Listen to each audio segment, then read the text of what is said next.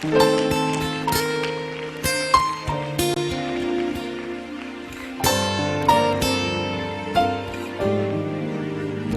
is in this place.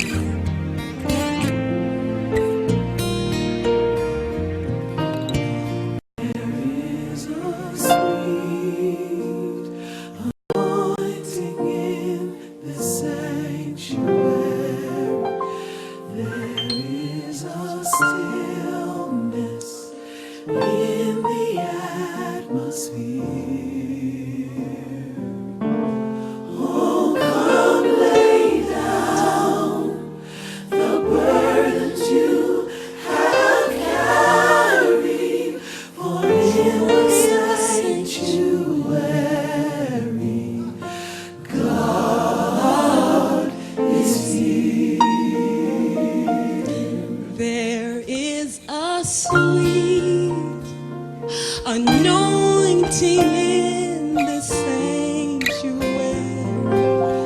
There is a stillness in the atmosphere. Oh, come lay down the burden you have carried, for in the sanctuary, God is here. Hello, my friend. I'm Gloria Mitchell with good news for you. I pray God's blessings upon you today. I want you to just be encouraged and to know that the peace that passeth all understanding is available to you. Yes, to you. You don't have to be stressed out or overly concerned or worried about anything. As a matter of fact, the Lord tells us in His Word in Isaiah 26:3, I will keep you in perfect peace, whose mind is stayed on me, because you trust in me. So we need to know that God is available. As the song says, God is here. He's with us, and He wants us to live in peace. And it doesn't mean that the peace is one in which you are isolated and you're away from all the problems in this world. It doesn't mean that at all. It means that in the midst of what you're going through, He is here, He's with you, and He will give you the peace that passes all understanding as you keep your heart and mind in tune with Christ Jesus. And so today I have a guest with us as we talk about guarding your mind. And I'm very concerned about this topic because it deals with mental illness. Have you noticed that every time there's a mass shooting, someone says, oh, that person is mentally ill, or that person has really done this because they're really sick? Well, there is such a thing called evil in this world too, and some people set out to do evil. And so today I have a guest with me from the National Alliance of Mental Illness, and his name is Harold Turner. Welcome, Harold. Harold, would you tell us a bit of your story, please, about how you ended up getting involved in working with those who have families involving mental illness? Okay, my name is Harold Turner, and I'm the program director for the Urban Los Angeles affiliate of the National Alliance on Mental Illness. And like everyone in the organization, I came to NAMI because I had a loved one who was diagnosed with mental illness. Matter of fact, that's the only qualification for membership in the organization. No one planned this to happen in their life. None of us had really received much education on mental illness, understood what it was or what to expect, what were the prognosis for the illnesses. And actually, it took me years to find this organization to really give me the framework for understanding what I was dealing with, with my loved one. Well, let's see. Let me interject something here. You said it took you years to find this organization. Well, tell us how you found it. How did you find NAMI? Like most people, by sheer accident. NAMI doesn't have a large advertising budget. We're probably the largest grassroots program in the country. We've served over 219,000 families nationwide, but it's just word of mouth, with someone in telling my wife about the organization and suggesting that we give it a look.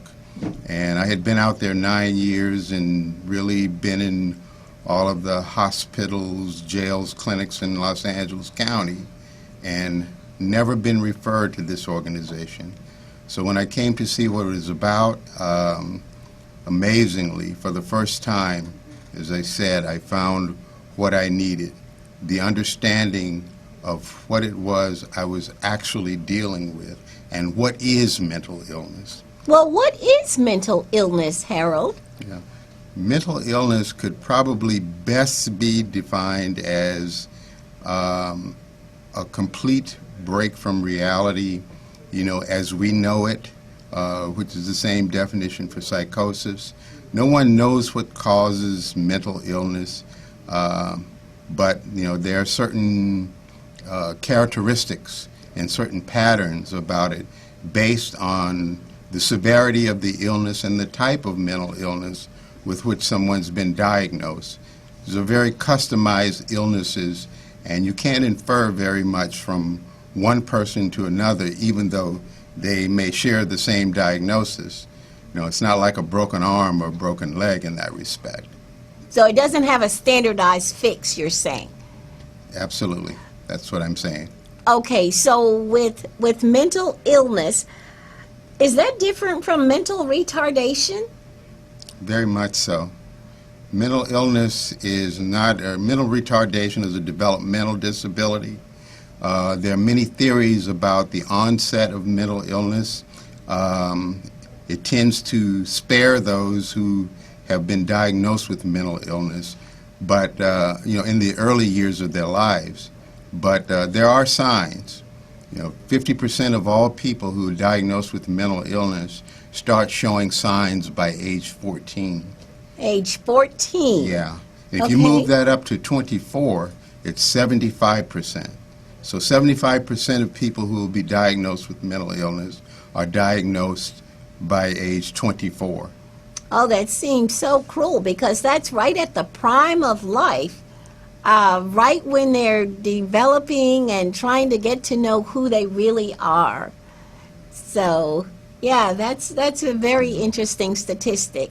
And then I understand that maybe 1 out of 3 individuals, perhaps, Yes, about 1 in 4 people would be affected by mental illness. 1 in 4 would be Absolutely. affected by mental illness. Yeah. Okay, go on. You found NAMI, and when you found it, what did it do? What did it offer you?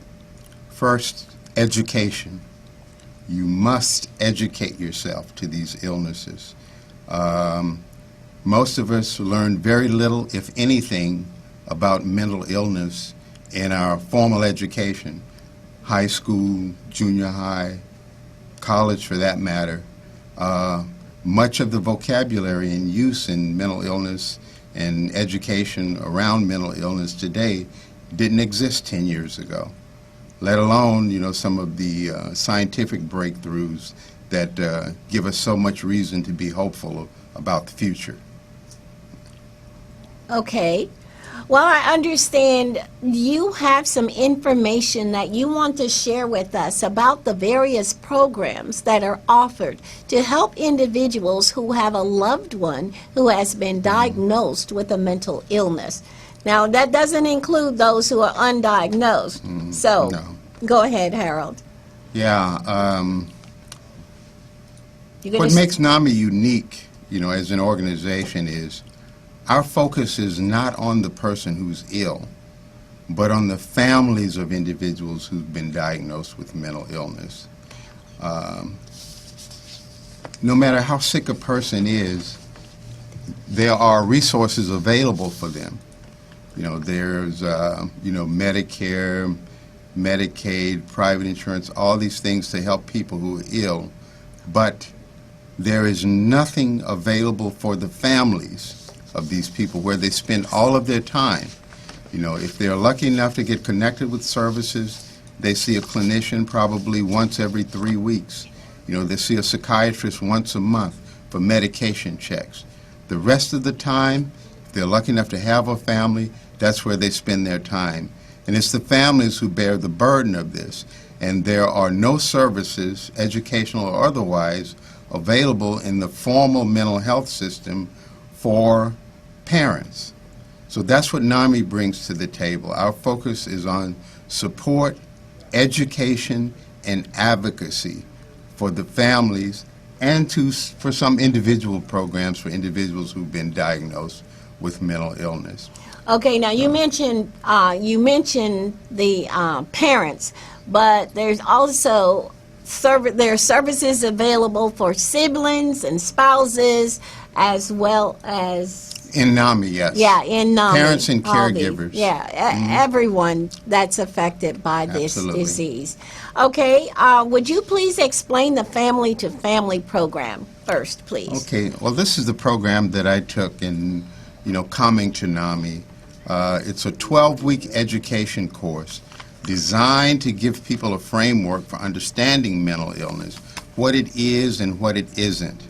We have a curriculum that's set out in 12 parts, and that class lasts 12 weeks. It's a 2.5-hour session once a week, and we talk about the biology of the brain, how the brain works. We talk about all of the major mental illnesses and all of their subtypes. We talk about medication and medication side effects. We do problem-solving workshops. We give you a methodology for approaching problem solving in a mental health environment. We also do an empathy exercise so you can understand what it's like to live with mental illness from your loved one's point of view. And also we do communications workshops. How do you talk to people who are psychotic and making no sense? And how do you set limits on their behaviors? So, that's the crux of the 12-week course. Okay. Well, I understand we have a caller on the line right now. So we're going to go to the caller. Hello, caller. Hi, Dr. Mitchell. Hi. Tell us your name, please, and also not only your name, but tell us where you're calling from. Well, my name is Deborah, and I'm calling from Pensacola, Florida. Okay, we have Deborah from Pensacola, Florida. Deborah, as we talk about this topic on mental illness, would you share with us, please, any experience that you've had with mental illness or a loved one with mental illness? Well, I had a brother who was mentally ill, and I was young at the time. I was around 19, and I can remember when one day he was hallucinating, saying that he was seeing snakes on the ground, and we, the children, kind of laughed at him, and we kind of ran in the room. Well, he came behind us, chasing us, and we ran in the room and locked the door, and then he went and got an axe and started chopping the door down because we laughed. So I just heard the gentleman just say, we have to know how to treat people that is mentally challenged. And I was so young, I didn't know at the time. But he went running. He went running behind us. We climbed out the window and got away, of course.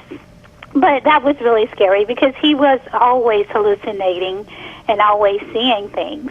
So that was really scary to be around him like that. So that was not your first experience. You're saying he was? No. Okay. No, he did it several times, but just that one time the last time I was like 19 and I ended up moving out and not going back. So, yeah, it was a challenge for us to live with him like that. Let me ask, Harold, do you have something to say to this caller right here, please?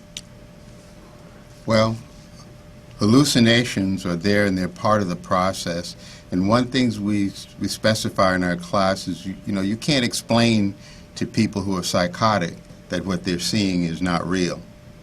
Right. You can't have a logical argument with someone who's not using logic. So the approach would be to them is to calm them, and de-escalate.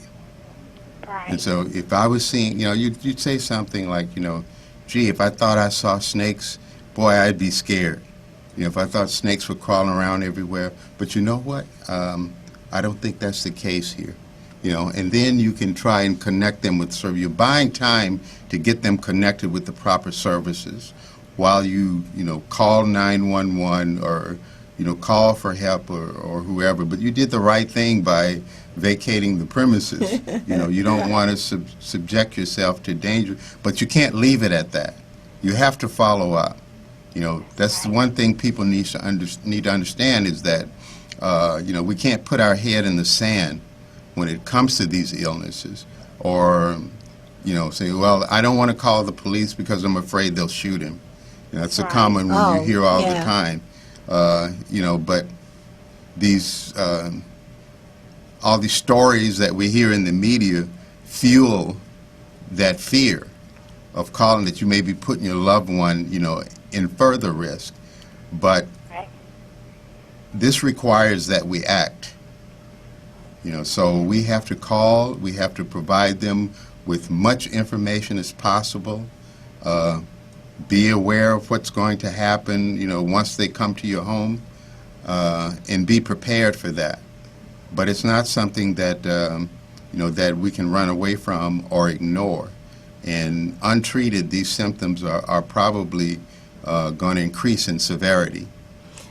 Yes, and also I want to say for anyone who thinks that, oh, that person's crazy, oh, ha, ha, ha, sometimes we're causing more problems than we actually are creating a problem when we do that. There is already a stigma against mental illness, and so when people are, let's say, mistreated or they feel like they're being laughed at, then of course that would make anyone feel uncomfortable. Wouldn't it make you feel uncomfortable? Yes, but what if you're young and you just don't know any better? I mean, everybody don't understand it until they're grown. Right. But what if you're a child who's around something like that? Young or I mean, I was 19. I should have known somewhat, but still yet, I think that I couldn't have fully known not to laugh. Yeah. Well, that should be a conversation you should really be having with your families, or, about your brother's behavior. Right. And the fact that you're frightened of him, the fact that his actions and his conversation is getting increasingly bizarre. Right. And try to connect them, as soon as possible.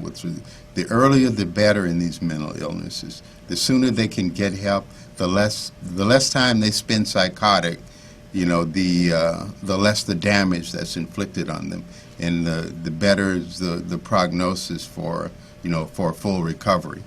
Well, Deborah, did you know that your brother had been diagnosed with a mental illness, or did you think he was just acting up maybe? Well, I grew up in the house with him, and I knew that he had some issues with being mentally ill, but I was never really, my mom didn't sit us down and say, hey, don't do this because this is what's going to happen. There was nobody to tell us right from wrong, like when it came to, what was going on with him.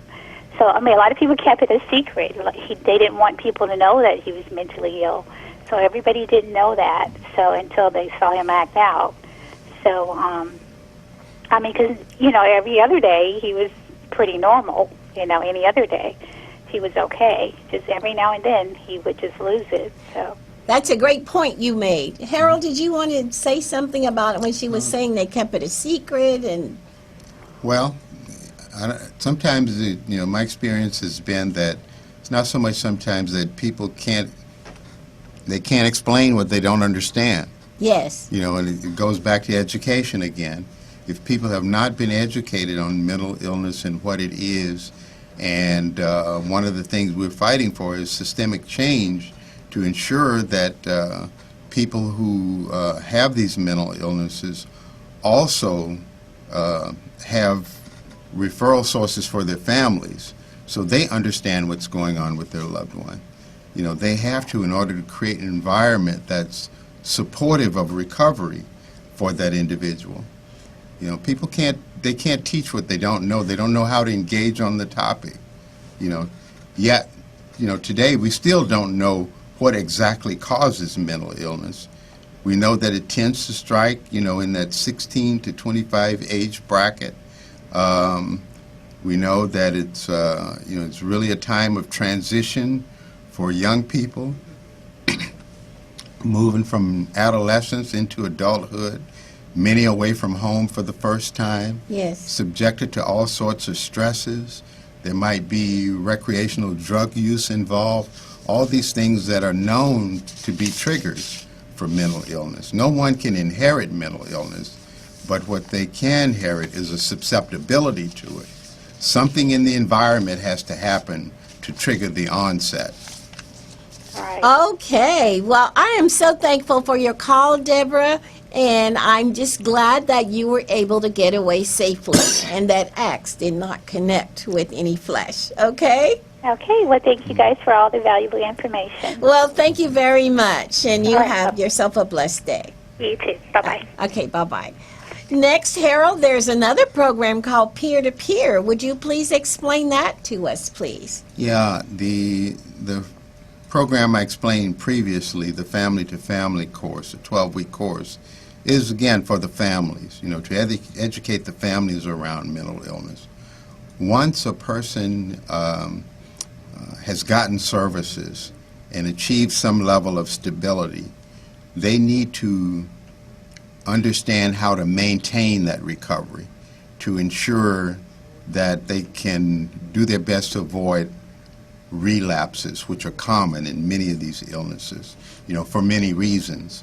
But the peer-to-peer course is a 10-week course that's taught by people with a mental illness, who have the lived experience of mental illness, who are in recovery and have had special training from NAMI to help others with the lived experience navigate that course of recovery.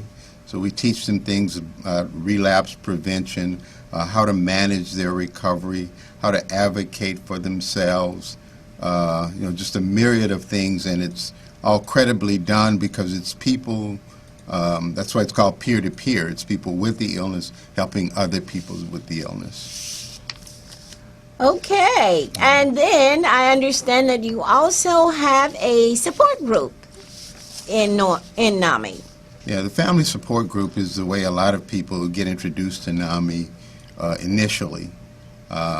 This is a support group. We hold it twice a month, so hold it once a week. They're held all over the county. But this is an ad hoc meeting, meaning there's no curriculum, there's no structured education per se. It's a place families can learn to come, get introduced to NAMI and to mental illness, find out what it is, what kind of services we provide, what kind of services are available in the public health system, how the private system works. All this information is there. And it's a community learning experience. People who come also bring their own experiences. And we, as facilitators of that support group, facilitate the sharing of information. And that's usually the initial introduction. And once they get comfortable with it and have some idea of what they're dealing with and hear some of the experiences of other families and realize that they're not the only ones going through this, then they start to open themselves up for education and some of the programs I just previously mentioned.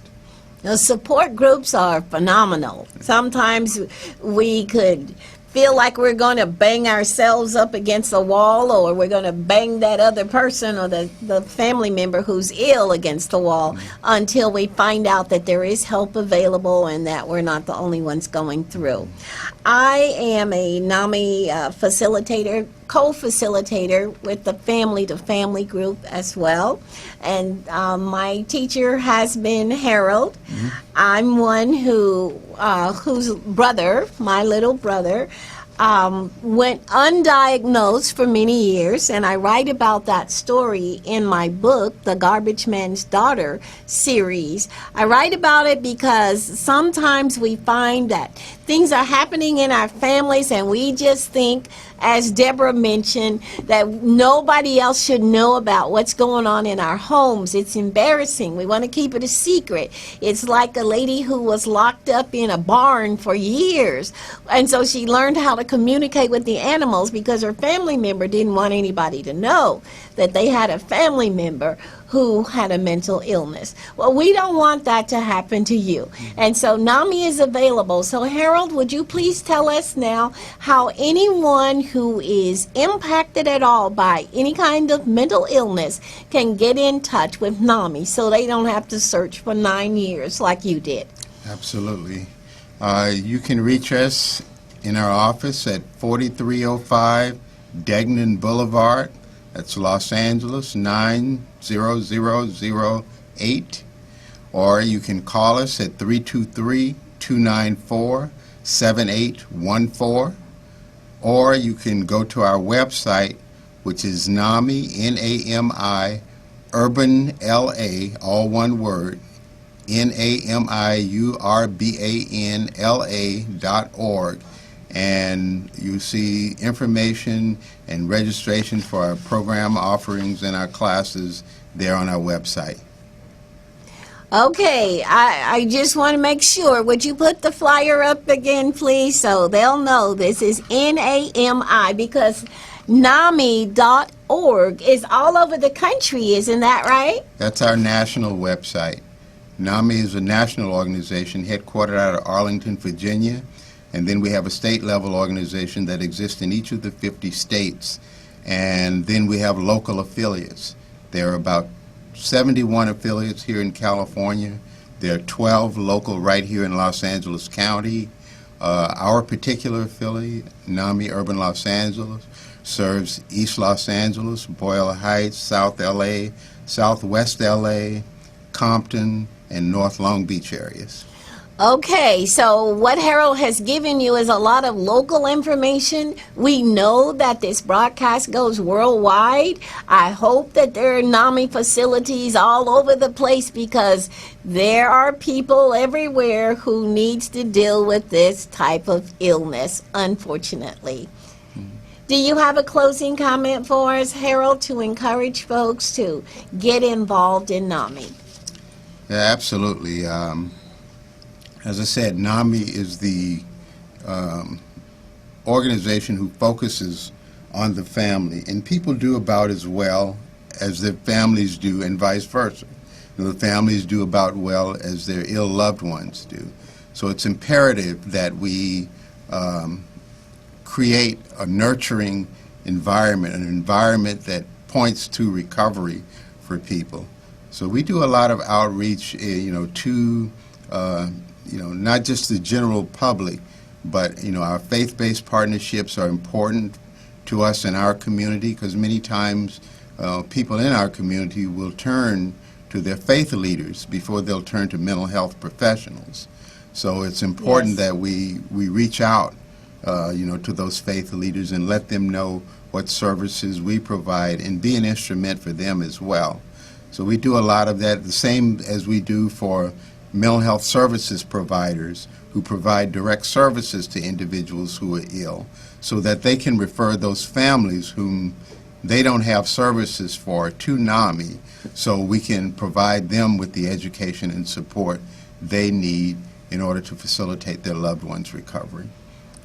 And so then we want to encourage you, if you have a family member who has been diagnosed, or if you're seeing some symptoms that really make you wonder, we can educate you. So we're inviting you to contact NAMI.org to do the research and get some help, because help is available to you. I pray that God will bless you, that you will be encouraged to know that we are what we think, or what we feed our minds. And as the mind then is impacted by the environment, as well as substances and medications and other things, that we need to be able to get the help that we need, knowing that it is available. But it's up to you to take that step. to get out and get involved and find that help for your loved one as well as yourself. I thank you so much for listening, and Harold, I thank you so much for joining us today, and I'm so grateful for the caller that we had, because there are times when people are going through things all alone, just like she said, and they don't reach out, but I'm so glad that she reached out today. Have a blessed day all, and thank you for listening. There is a sweet anointing